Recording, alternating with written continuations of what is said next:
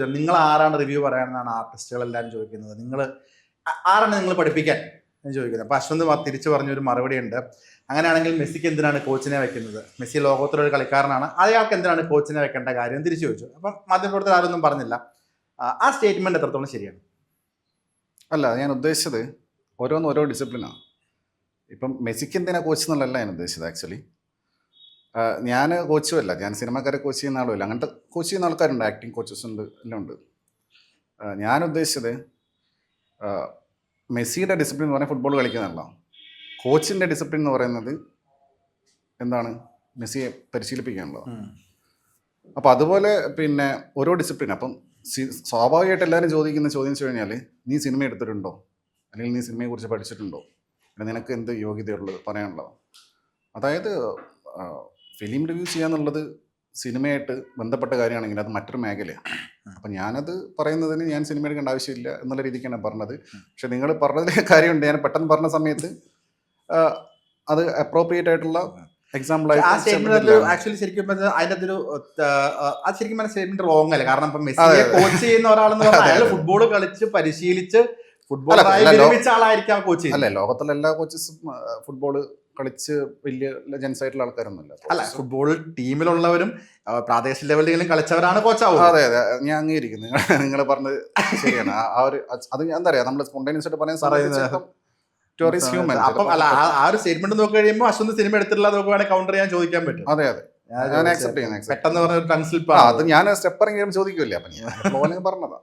ഈ ചോദ്യം കേട്ട് മടുത്തില്ല. ഇപ്പൊ എപ്പോഴാണെന്നുണ്ടെങ്കിലും ഇപ്പോഴും ഏതൊരു സിനിമ ഇറങ്ങുമ്പോഴാണെന്നുണ്ടെങ്കിലും കേൾക്കുന്ന സിനിമയ്ക്ക് ഒരു നെഗറ്റീവ് റിവ്യൂ വരുമ്പോൾ കേൾക്കുന്നതാണ് ഒന്നുകിൽ ഹെയ്റ്റ് ക്യാമ്പയിൻ എന്നൊരു വാക്ക് ആൾക്കാർ പറയും.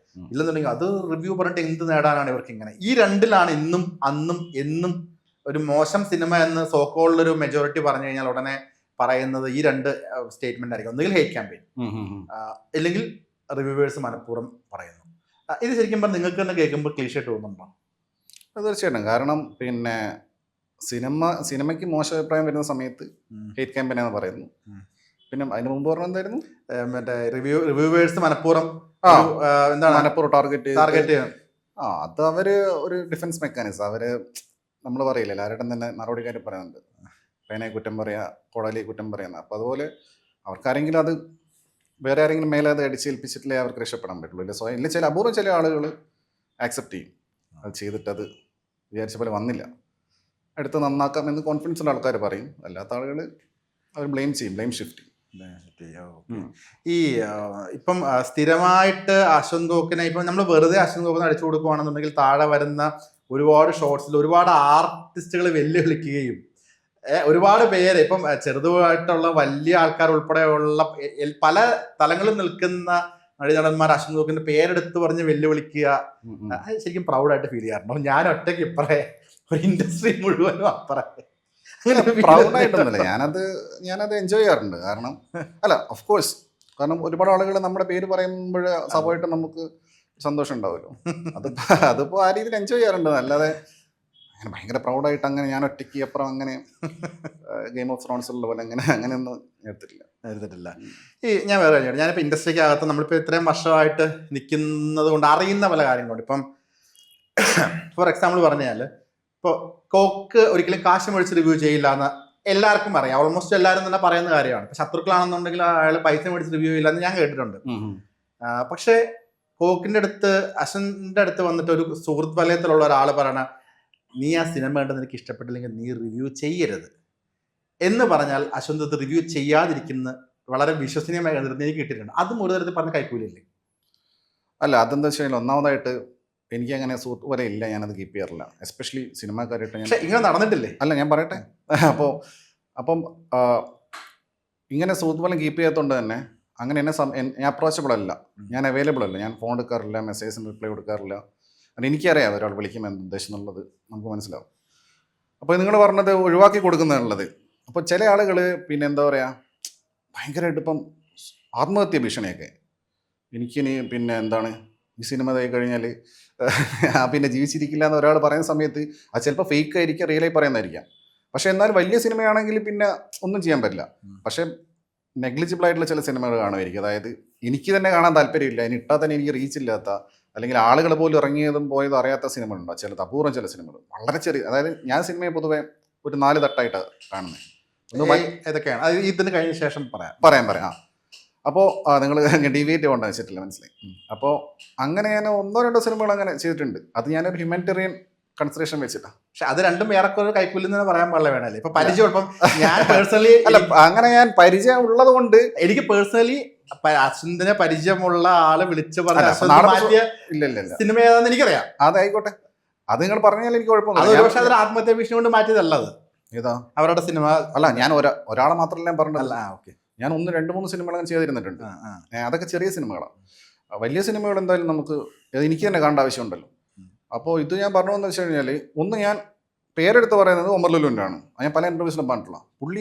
ഞാൻ സിനിമ റിവ്യൂസ് ചെയ്യുന്നതിന് മുൻപേ ഞങ്ങൾ ഭയങ്കര അറിയാം. അപ്പം അതുകൊണ്ട് ഞാൻ പുള്ളിയുടെ സിനിമ ഞാൻ ചെയ്യാറില്ല. മറ്റ് നിങ്ങൾ പറഞ്ഞ എനിക്ക് തോന്നുന്നത് ഒരു 3 സിനിമകൾ ഞാൻ ചെയ്യാതിരുന്നിട്ടുണ്ട്. പക്ഷെ അത് വിചാരിച്ചിട്ട് നാളെ വേറെ ആരും പറഞ്ഞു വന്നു കഴിഞ്ഞാൽ ഞാൻ ചെയ്യാതിരിക്കുന്നില്ല. അപ്പോൾ നാളെ സുമേഷിൻ്റെ സിനിമ ചെയ്യുകയാണെങ്കിൽ ഞാൻ തീർച്ചയായും റിവ്യൂ ചെയ്യും. അപ്പം ഞാൻ പറയുന്നത് വെച്ച് കഴിഞ്ഞാൽ, ചില കോണ്ടെക്സ്റ്റിൽ നമുക്ക് 100% നിങ്ങൾ കൈക്കൂലി എന്ത് പറഞ്ഞാൽ കുഴപ്പമില്ല, നമുക്ക് 100% ഒരു കാര്യത്തിൽ സ്റ്റിക്ക് ഓൺ ചെയ്യാൻ പറ്റില്ല. പിന്നെ ഇനിയിപ്പോൾ ഒരു ആത്മഹത്യയോ എന്ത് ചെയ്തു കഴിഞ്ഞാൽ അത് നമുക്ക് ബുദ്ധിമുട്ടല്ലേ.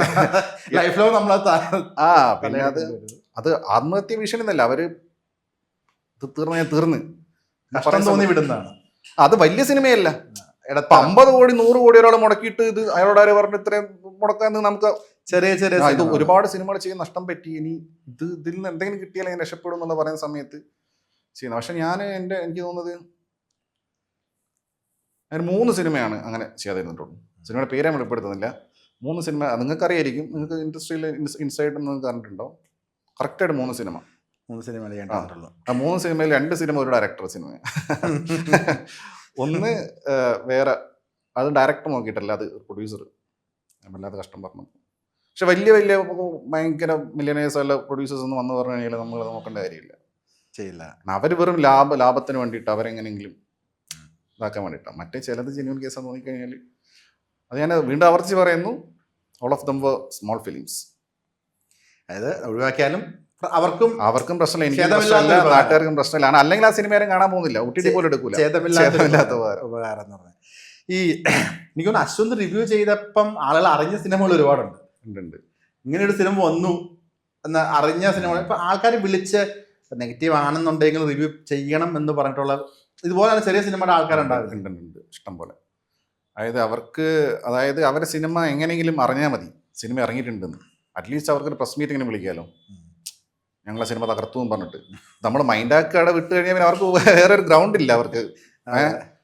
അപ്പോൾ ചില നിർമ്മാതാക്കളും വിളിച്ച് പറയാറുണ്ട്, ഞാൻ വഴിയല്ലെങ്കിലും ഞാൻ കണക്റ്റഡ് ആയിട്ട് ആൾക്കാരുടെ പറയും ഇന്ന സിനിമ കാണുമെന്ന് നിർമ്മാതാവ് ചോദിച്ചിട്ടുണ്ട്, നെഗറ്റീവ് ആണെങ്കിലും പ്രശ്നമില്ല, നെഗറ്റീവ് പറഞ്ഞാൽ മതി.